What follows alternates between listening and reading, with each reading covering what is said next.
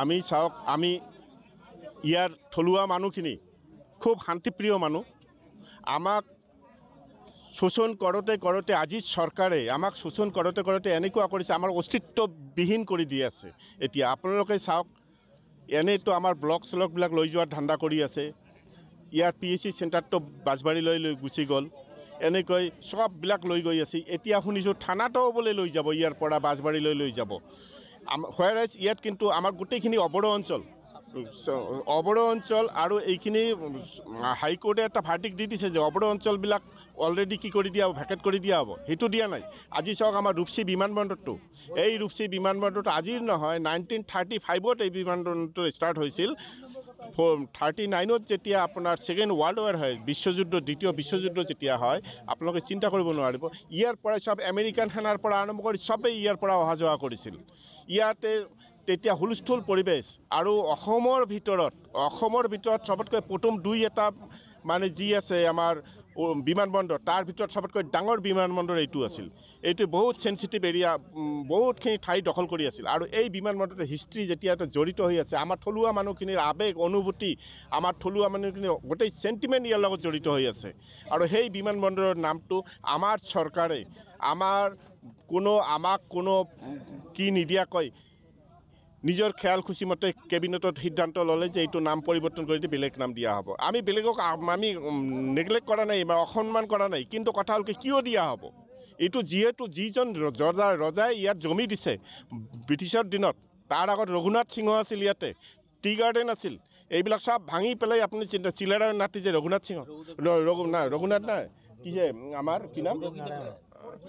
পৰীক্ষিত নাৰায়ণ ৰঘুনাথ তাৰ ল'ৰা তাৰপিছত পৰীক্ষিত নাৰায়ণ ৰাজধানী আছিল ইয়াতে এইবিলাক সব শেষ কৰি পেলাই তাৰপিছত যেতিয়া টি গাৰ্ডেন হ'ল তাৰপিছত সেই টি গাৰ্ডেন ভাঙি পেলাই ইয়াতে এয়াৰপৰ্ট বনাই দিলে আপোনালোকে চিন্তা কৰি চাওক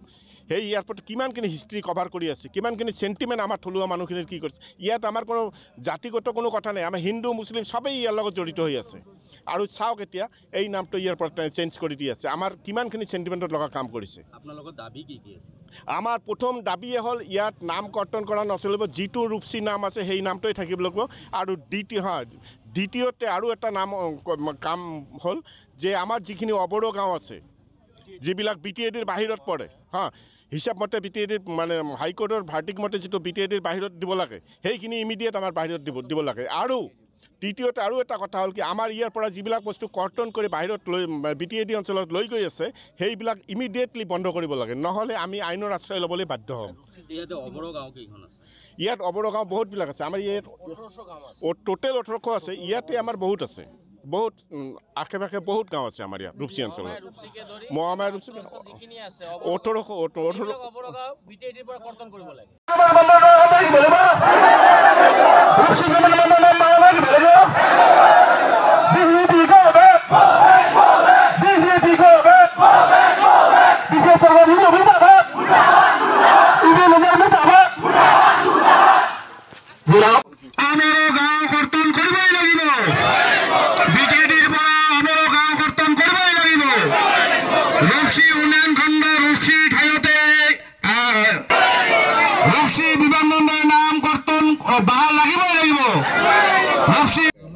কোচ ৰাজবংশী আদি কৰে বিভিন্ন জাতি জনগোষ্ঠীৰ দল সংগঠনেৰ আৰ এতদ অঞ্চলে ৰাইজেৰ সহযোগ আজিৰ এই ৰূপসী বিমানবন্দৰ